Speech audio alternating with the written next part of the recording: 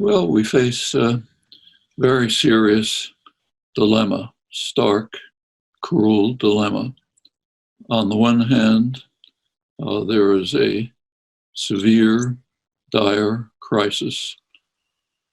Dealing with it cannot be delayed.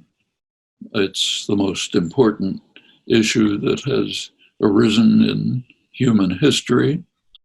This generation, in fact, today's leaders and people will make a decision as to whether organized human society can survive in any decent, livable form. It's no less than that.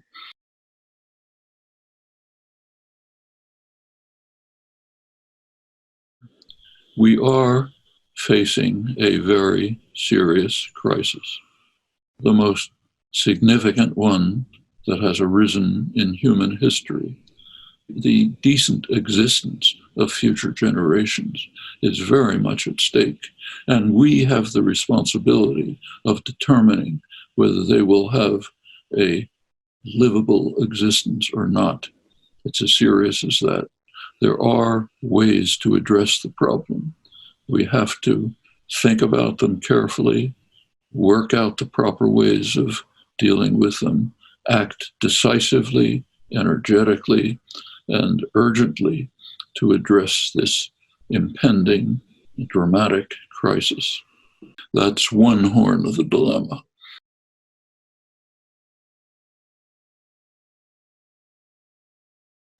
The other horn of the dilemma is that we have to face the reality of the world. We have to find ways of reacting that are not only justified, but are also feasible and effective.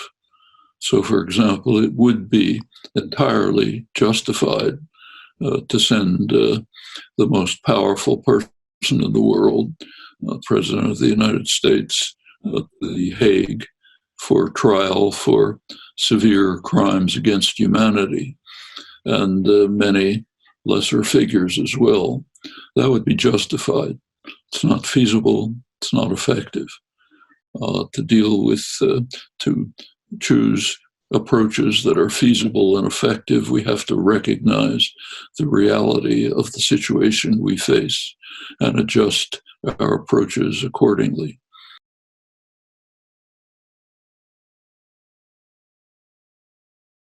So when the President of the United States says, I don't believe it, uh, highly intelligent people like myself are not believers, that has an impact on much of the population, especially so when it is echoed by the people right in the next lower level. So, for example, if you look at the Republican Party primaries in 2016, every single candidate either denied that global warming is taking place or said maybe it is, but we shouldn't do anything about it, which morally speaking is much worse. They were incidentally the ones praised as the adults in the room.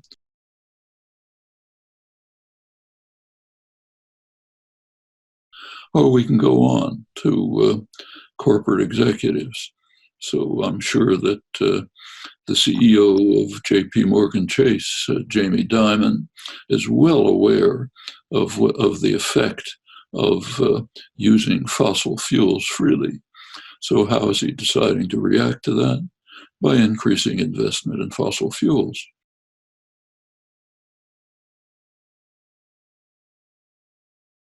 We know very well about the behavior of the major fossil fuel companies over the past 40 or 50 years. It's now well known that their scientists, ExxonMobil's scientists, were in the lead in discovering the significance and the threat of catastrophic environmental global change. And we're presenting uh, paper after paper to their own managers and executives, explaining the nature of the threat. And when James Hansen in 1988 made his famous speech warning the world of the threat that we are facing, ExxonMobil management reacted, namely by shifting to funding of denialism and skepticism and increasing their use of fossil fuels.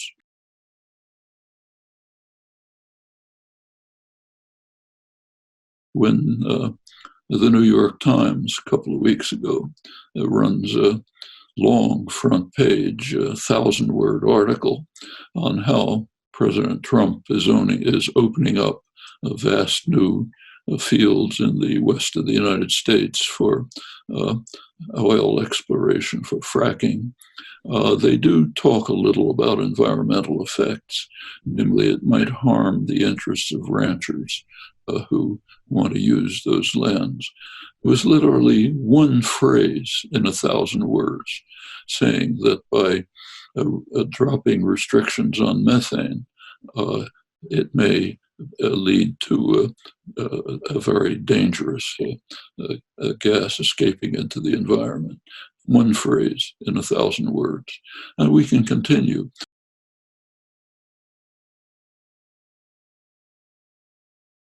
And all of this has an effect on the population. People listen, they see that nobody seems to be taking it seriously. We see the results in polls among Republicans.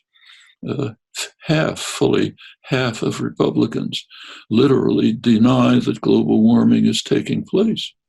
Now, that includes people whose livelihoods are being destroyed by long droughts that are wiping out their sources of fish, of food, and so on.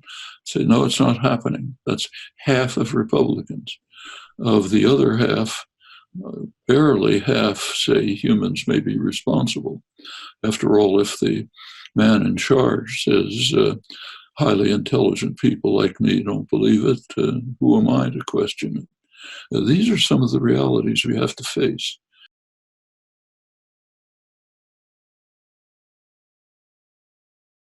We also have to recognize that the approach is not the effective approach, is not simply to say, look, there's a dire emergency, you have to change everything you do. That's not going to work. What has to be done is to approach people explaining that the situation is serious, is likely to be catastrophic unless we do something, and then go on to show what in fact is true, that efforts to deal with it are within range and will in fact make your life better. They're not going to destroy your life. We'd be much better off living in a green economy. You'd be much better off not spending 3 hours a day fighting traffic jams. If you had an efficient mass transportation system, you'd be better off if you didn't have to take your kids to the doctor because they're suffering asthma because they can't breathe the air. If we had potable water, yes, things would be better. If we had an environment in which people could survive and live decent lives, everyone would be better, and it is within reach. There are things that we can do. There are things that are being done.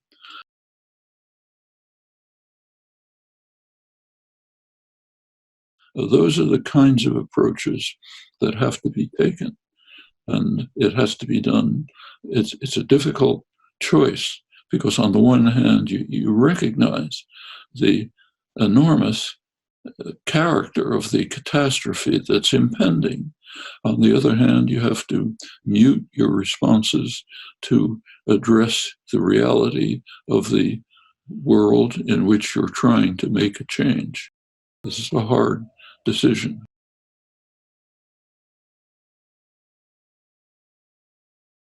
Often in many activist endeavors, these questions arise, and it simply has to be, it has to be managed and quickly. Some of the things that are happening are almost beyond description. I'll just mention what may be the most evil document that has ever appeared in human history, which was barely mentioned in the news. Naturally, it's from a bureaucracy, Trump's National Highway Administration bureaucracy. Came out with a big study, a couple hundred pages, explaining why all regulations on automotive emissions have to be ended. No regulations, free emissions. And they had a very rational argument. They said, if we extrapolate from what is happening now, by the end of the century, it will essentially be over the cliff. The temperature will have risen 3 or 4 degrees centigrade.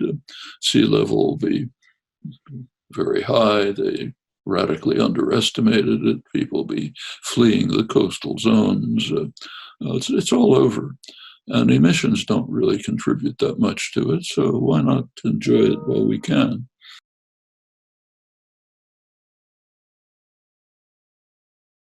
The underlying assumption, of course, is everyone in the world is as criminally insane as we are, and nobody's going to do anything about it. That's the human species. So fine, let's rob while the planet burns, putting poor Nero in the shadows. He only fiddled while Rome burns.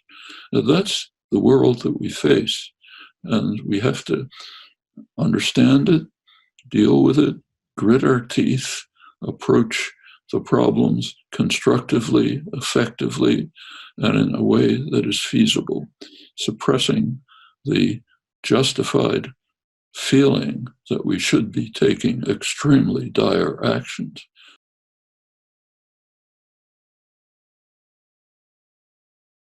Now, that is not to say that we should not be doing those things. Major dramatic actions are very much in order. Efforts to create a general strike, regular massive protests, all of these things are important.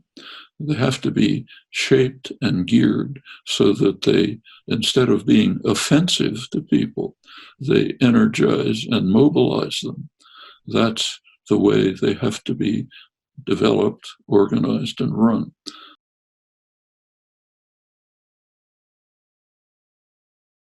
There's a range of activities that can be important, that can be done, from talking to your neighbor to installing LED lights to political action to demonstrating to bringing the dire character of the existing circumstances to general understanding. All of these things are within range. There can be no delay in executing them.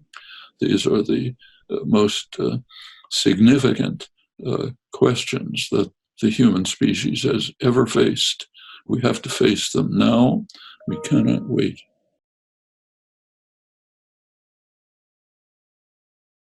Individuals can do only so much, something, but not much. Organized groups can achieve a great deal. We see that from the history of popular movements that have succeeded. So take, say, the American Civil Rights Movement. In 1960, a few Black students in Greensboro, North Carolina, decided to sit in at a lunch counter and ask to be served. They were arrested, taken away. That could have been the end, except the next day some more came. They were arrested, taken away. And pretty soon you had freedom riders riding in buses throughout the South in extremely dangerous conditions, trying to convince poor Black people that they had the right to vote. That's dangerous. They could be killed. Young white students from the South started coming down. Several were indeed killed. Pretty soon you had a mass organization, huge demonstrations. Martin Luther King led an enormous demonstration in Washington, finally led to the passage of limited but significant civil rights legislation.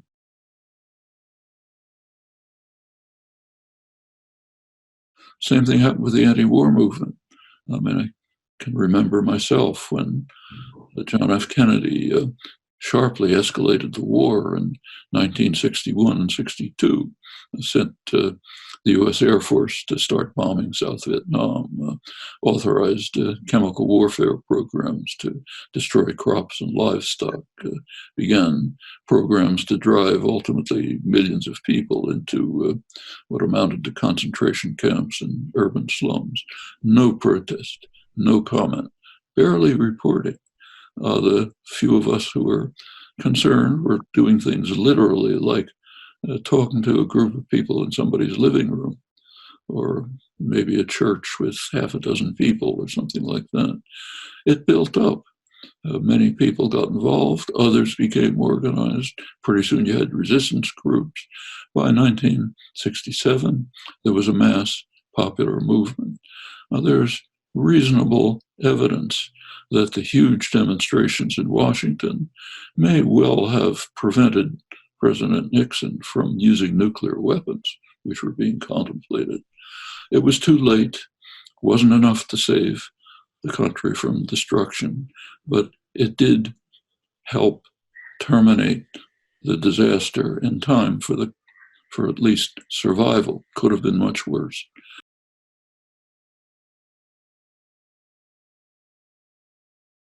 And it extended. By the early 1980s, there were mass popular movements, large majority of the population, demanding an end to the lunatic nuclear weapons race, which was literally on the verge of destroying us. Had some effects, not enough, but some.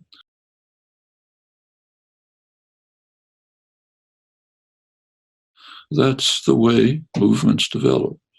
You can begin as an individual. You have to work with others. You have to talk to your neighbors. You have to join with others. And the record shows that it can succeed. We don't have a lot of time. This has to be done effectively, quickly, with careful thought. Actions like Extinction Rebellion, the teacher strike, earth strike, aiming for a general strike. All of these things can be in parallel with efforts to simply introduce legislation to improve renewable energy, to cut back sharply on the use of fossil fuels, to end the insane expansion of fossil fuel exploration and lifting of destructive fuels. All of that has to be done at the same time.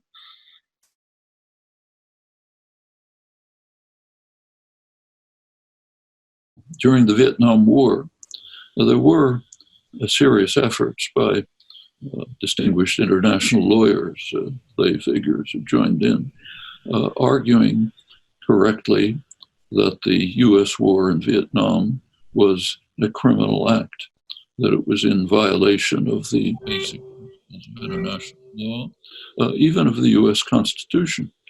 There were strong arguments. There was no chance in the world that they would reach a court.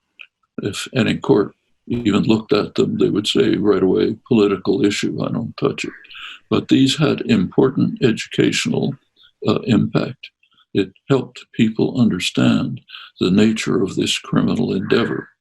The same would be true of dramatic efforts to bring major figures who are carrying out huge crimes against humanity to the International Criminal Court, which is authorized to try crimes against humanity.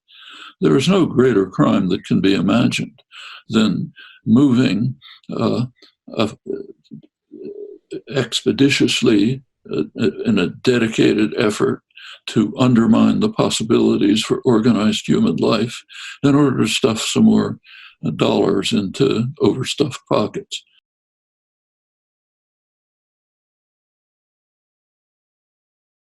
We want to rob right now. As I say, that's criminality of a kind that you can't really find in human history.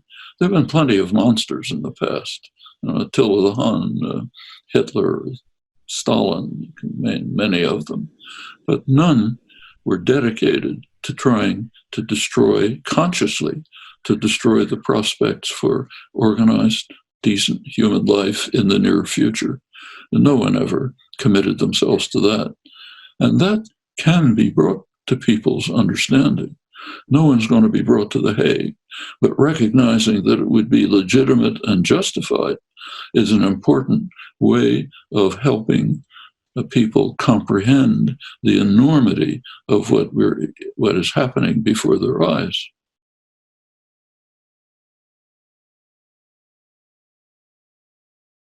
Bolsonaro is one of the most dangerous figures to appear in the international political arena in many respects. And the Amazon is a source of survival for the entire world. It's one of the main carbon sinks in the world.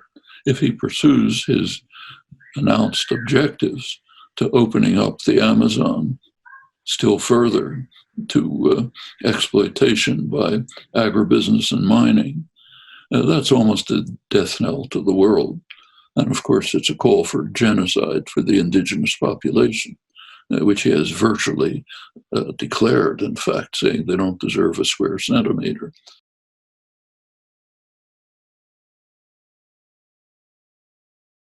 But we don't have to go to the most evil creatures in the world. Let's go to the civilized countries. So take, say, right to the north of the United States. Canada regards itself and is regarded as one of the most civilized countries in the world. What are they doing? They happen to be one of the leading polluters, way up ranked at the top. Not only just producing fossil fuels, but insisting on the most dangerous of them, the tar sands in Alberta. Canadian mining corporations are the scourge of the earth, destroying places all over the global south. That's the civilized countries. Australia, another civilized country, is practically backing out of any pretense of dealing with the extraordinary threat of climate change. And we can continue. There are others. There are plenty who are doing serious, good things. Denmark is making serious efforts. States in the United States, localities, are doing important things. China, which continues to develop coal plants, which is criminal, is also well in the lead in producing solar panels, even the most high-tech. So there is a mixture, but the level of criminality is overall is just shocking when we consider what is at stake.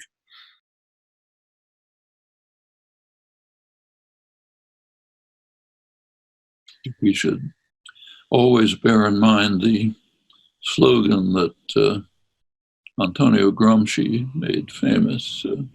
We should have pessimism of the intellect, but optimism of the will. It's never been more important than it is now.